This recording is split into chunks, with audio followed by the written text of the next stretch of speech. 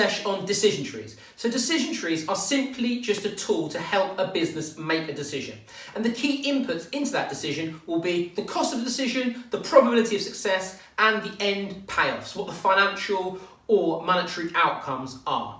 Now, the best way to explain decision trees is to use an example. And the example is there is a business, it's looking to launch a product, and the launch is going to be one of two ways. It can only be one of these two ways.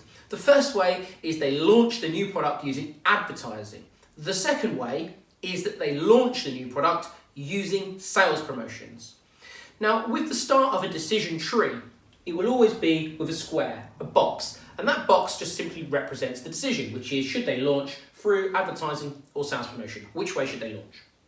You will then see these lines that come off and they will end eventually at a circle. And these circles represent the courses of action. And the courses of action are, of course, advertising or sales promotion. Now, in the course of action, you will see a monetary value. And that monetary value represents the cost of taking that particular course of action. So the cost of taking the advertising course of action to just basically do advertising is going to be costing you £10 million. It's in brackets because brackets means negative and clearly you have to pay for it. So you have to pay £10 million. Now, if you do sales promotion, you have to pay £5 million. So it's in brackets, negative because you have to pay it, brackets, £5 million. So clearly in this example, sales promotion is a much cheaper way to go than advertising. But then within each course of action, you will see these variations. And the variations are very crude in this example. It is simply that you will either get high demand or low demand. So if you get high demand from using advertising, because we're on this strand now, so high demand, it is saying 0.7. 0.7 represents the probability of that happening if you go with this course of action that is advertising. So it's a 70% chance, but you write it as 0.7 as we get to later on. And we see here it says the other variation, so the opposite of high demand, is low demand. And low demand must be clearly 0.3, and 0.3 plus 0.7 adds to 1, being the full probability range. The last thing you'll see is the final payoffs. So the final payoffs are what you estimate are the attached outcomes if you go with this course of action that's advertising and then you are fortunate enough to have high demand. And the final payoff is estimated to be £50 million. But if you go with the course of action that is advertising and you get low demand, there's a 30% chance of that happening, then you'll get the final payoff of £20 million. Just to run through the other side, so if we went with the other course of action, so sales promotion, then £5 million is the cost. High demand, very likely 0.9, 90%, and the payoff in that case would be £40 million. And in this case, if it was to be low demand, 10% chance, 0.1, and you'd get a £5 million payoff if that occurred. Now, this is very much laid out for you. It might be the case that you have a case study or a context. In that case, you may need to extract the numbers from the case study and create a decision tree. But once you've done that, then you need to apply the formulas. So the key formulas that you need to be aware of. Number one is EV. EV stands for the expected value. So the expected value of one variation. So one variation, what I mean by that is, let's just say the course of action is advertising and the variation that you do advertising and then you have high demand. That would be one variation. So if we calculate the expected value of that variation, then it would be the final payoff. So in that scenario, the final payoff is £50 million. So £50 million times by the probability of that happening. And the probability of that happening, being advertising, high demand, is 0.7, 70%. So you would do simply 0.7 the probability times by the final payoff, that is 50 million, that would come to 35 million. Now 35 million would be the expected value of that individual variation. Which leads us into the next formula. The next formula is you need to calculate the expected value of a particular course of action. So if you wanted to do that, you would simply take all the variations within that course of action. Now clearly in this course of action, there are two variations. There is a variation of high demand and a variation of low demand. So you would simply do calculate the expected value of each variation. So 0.7 times by 50, and then 0.3 times by 20. And then you would just add them together. If there were 3 variations, you'd have to add all 3 together. 4, you'd have to add all 4 together. So it's just the sum of all the variations. And the last formula that you need to know is the net gain. And the net gain is simply when you've calculated and you've added up all those expected values of those variations, you get to the expected value of the course of action, and you just take away the cost of doing it. So in this case, the cost was £10 million.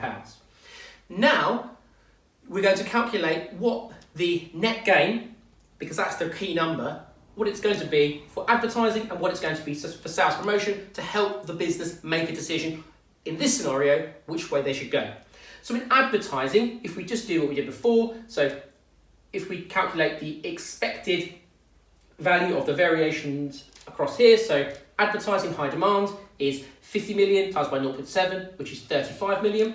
0.3 times by 20, 0.3 times by 20 is 6 million. We then add them together, so 35 plus 6. 35 plus 6 is 41 million, so we've done the expected value of that entire course of action. And then we've come to 41 million, and we need to minus off the cost of doing it. The cost of doing it was 10 million. So that gives us the final net gain of 31 million. So the net gain here is 31 million. We do the same to the other side. So for sales promotion 0.9 times by 40 comes to 36 million. We then add that to 0.1 times by 5 million, which would be half a million, 0.5 million. So 36 plus 0.5 gives us the entire expected value of that course of action. So that is 36.5 million. But we then need to minus off the cost of that course of action, which is cheaper in this case. It is 5 million. And that leaves us with 36.5 minus 5, which equals 31.5 million. So it is a slightly higher net gain on the sales promotion side.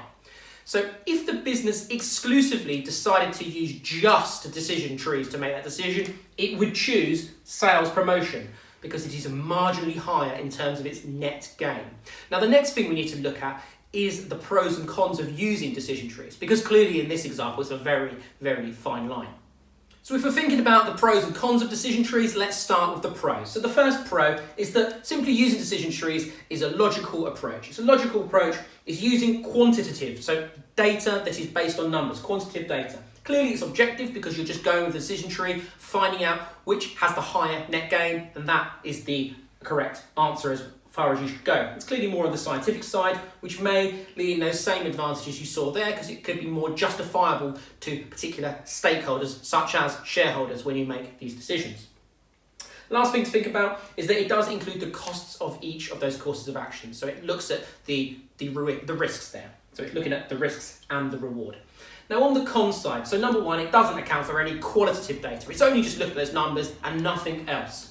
So if it's a case study question, it's quite likely that there will be some sort of qualitative factors that are in the case study, and you could hook them in as part of your analysis, because the decision trees would just clearly be only on the quantitative side.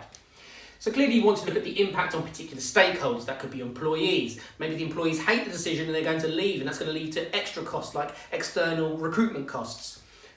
Impact on shareholders. Maybe shareholders hate the idea and they're not going to invest. Or on customers and they're not going to buy. Also, you want to look at trade-offs, because it might be you go particularly with one course of action and that is really myopic. It's a really short-term course of action and doesn't look at the long-term sustainability of the business.